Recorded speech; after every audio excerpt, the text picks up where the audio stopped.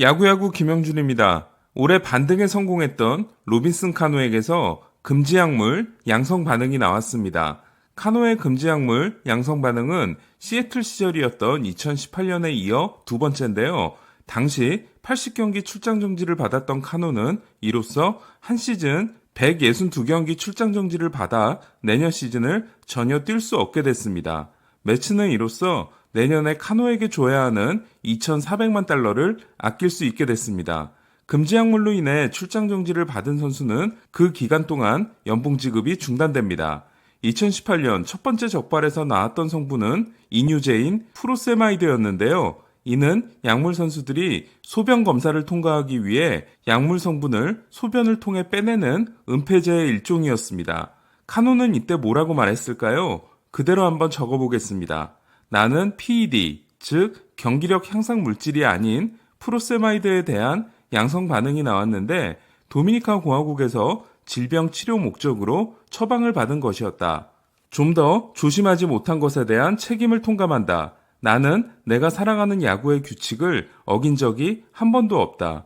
10년이 넘는 동안 수십 번의 검사를 받았지만 경기력 향상 물질에 대한 양성 반응은 한 번도 나온 적이 없다. 하지만 나는 출장 정지를 받아들이려 한다.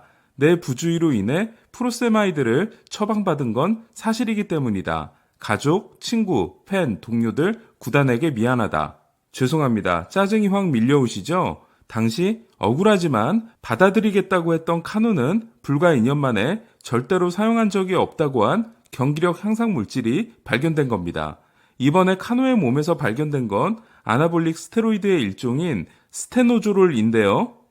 많이 들어봤는데 하실 겁니다. 스테노조롤 1호 적발 선수는 3,000안타 500홈런에 빛나는 라파엘 팔메이로였습니다.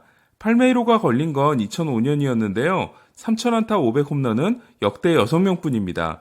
윌리 메이스와 행크 앨런, 에디 머리와 라파엘 팔메이로, 그리고 에이로드와 푸올스입니다. 팔메이로는 2014년 네 번째 투표 만에 명예전당 투표에서 광탈했기 때문에 지금까지 3,000안타 달성자 중 명예전당 입성에 실패한 선수는 피트로즈와 라파엘 팔메이로 2명뿐입니다.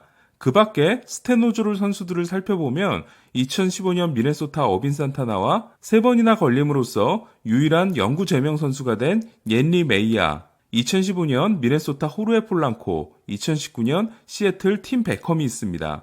그리고 162경기짜리 징계를 받은 선수는 2014년 알렉스 로드리게스와 2016년 말론 버드, 두 번째 걸렸을 때의 메이아와 지난해 휴스턴 프랜시스 마르테스에 이어 카노가 5번째입니다. 저는 전에도 말씀드린 적이 있습니다만 약물 선수들에 대해서는 차별을 두는 편인데요. 즉 마이너리그 선수가 한 약물과 최고의 스타 선수가 한 약물은 다르다는 겁니다. 물론 어떤 이유도 용납될 수 없지만 마이너 선수들이 생존의 위기 때문에 손을 대는 것이라고 할 수 있다면 슈퍼스타들은 최고의 선수들이 겨루는 정정당당해야 하는 승부에서 치명적인 반칙을 썼기 때문입니다.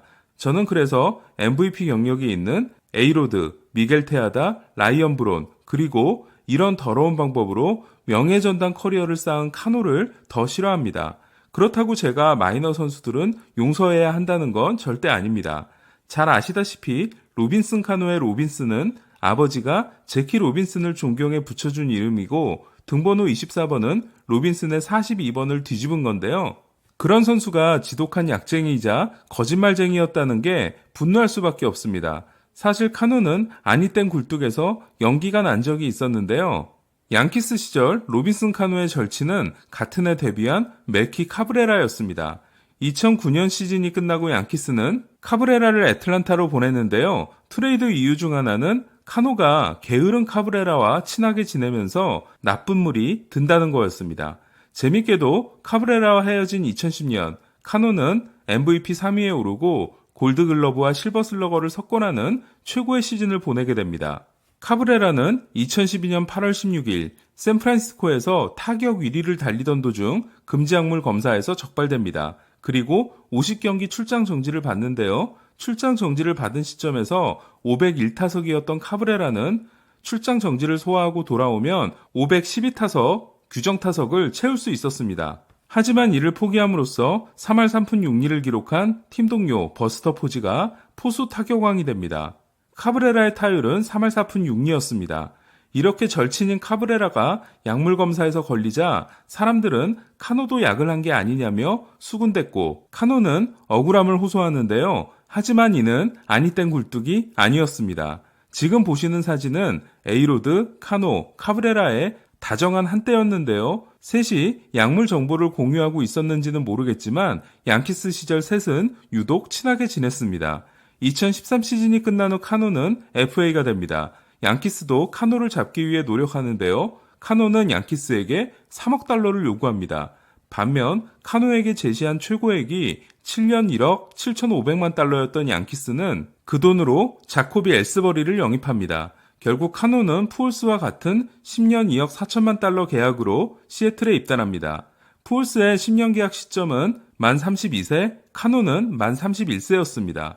당시 양키스 팬들은 카노의 이적이 서운할 수밖에 없었는데요.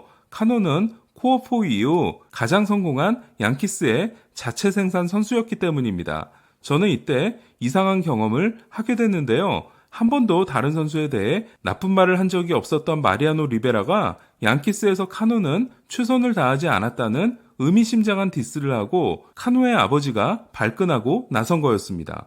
카노의 경력에서 약물을 지우면 카노는 이미 명예전당 커리어를 만들어냈다고 해도 과언이 아닌데요. 카노의 레퍼런스 승리기여도 68.9는 라인 샌버그의 68.0과 로베르토 알로마의 67.0, 크랙 비지오의 65.5보다도 높은 이루수 역대 10위에 해당됩니다. 명예전당 평가 지표인 JAWS로 따지면 카노의 순위는 7위로 더 올라갑니다. 카노는 제프 켄트, 로저스 혼스비와 함께 300홈런에 성공한 3명의 이루수 중 한 명이고 현재 3,000안타에 376개를 남겨놓고 있어 이루수 역대 5번째 3,000안타이자 이루수 최초의 3,000안타 300홈런도 달성할 수 있습니다. 하지만 두 번의 약물 테스트 적발로 인해 카노의 명예전당 가능성은 완전히 사라졌다고 할 수 있습니다. 2019년 매츠는 상당히 놀라운 결정을 하는데요. 80경기 출장 정지를 받고 시즌을 마감한 카노를 데려간 거였습니다. 물론 이는 에드윈 디아즈를 얻기 위함이었고 5년 1억 2천만 달러 잔여 계약 중 시애틀이 2천만 달러를 부담하긴 했지만 약물 검사에서 적발된 만 36세 선수를 데려가는 게 쉽게 이해되지 않았는데요. 하지만 카노를 데려간 매치의 단장은 카노의 에이전트였던 브로디 반 와그넨이었습니다. 반 와그넨은 2년 동안 매치의 상황을 더 악화시키고 해임됨으로써 에이전트 출신 단장들의 실패를 이어갑니다. 매치 이적 첫 해인 2019년 카노는 타율 2할 5푼 6리, 출루율 3할 7리, 장타율 4할 2푼 8리로 크게 부진합니다. 하지만 올해는 타율 3할 1푼 6리, 출루율 3할 5푼 1리, 장타율 5할 4푼 4리로 반등에 성공하는데요.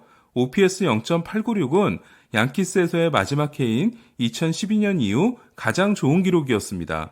또한 홈런 10개를 기록함으로써 17년 연속 기록을 가진 제프 켄트에 이어 이루수 역대 2위에 해당되는 16년 연속 두 자릿수 홈런에 성공합니다.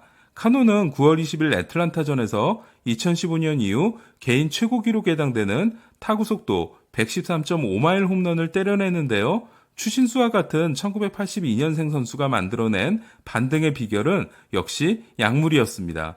저는 38세 시즌인 지난해 장타율 6할 3푼 9리, 39세 시즌인 올해 장타율 5할 9푼 5리를 기록하고 평균 타구 속도가 에런 저지와 미겔 산호급인 넬슨 크루즈의 비밀도 좀 더 파헤쳐봐야 한다고 생각합니다. 바이오 제네시스 같은 약물 스캔들이 아니라 도핑 테스트에서 적발된 슈퍼스타는 카노가 정말 오랜만이라고 할 수 있는데요. 약물을 용인한 대가를 가장 혹독하게 치른 메이저리그는 덕분에 미 4대 스포츠 중에서 가장 강력한 감시 체계와 징벌 규정을 가지고 있습니다. 소변 검사에 이어 혈액 검사까지 하고 있고 호흡 검사 도입도 고려하고 있다고 하는데요. 특히 갑자기 미친 활약을 하는 선수는 집중관리 대상이 됩니다. 테임즈는 2017년 메이저리그 복귀 후 미친 4월을 보냈을 때 경기가 끝날 때마다 피를 뽑자고 달려와서 스트레스가 이만저만이 아니었다고 했는데요. 그럼에도 약물 선수가 사라지지 않는 이유는 뭘까요? 이유는 약물을 사용했을 때 효과가 확실하고 또한 약물 코디네이터가 짜준 투약 스케줄을 확실하게 지키면 검사를 통과할 수 있기 때문입니다. 우리를 감쪽같이 속였던 매니 라미레스가 2009년과 2011년 연달아 적발된 것도 코디네이터가 짜준 투약 시점을 놓쳤다가 벌어진 일이었습니다. 카노의 이번 적발은 분노할 수밖에 없지만 한편으로는 잘 됐다고 생각합니다.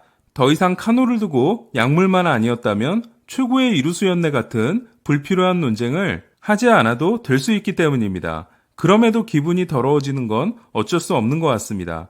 중부지방에 비가 많이 오고 있습니다. 안전운전, 안전보행 부탁드립니다. 이상 김영준의 야구야구였습니다.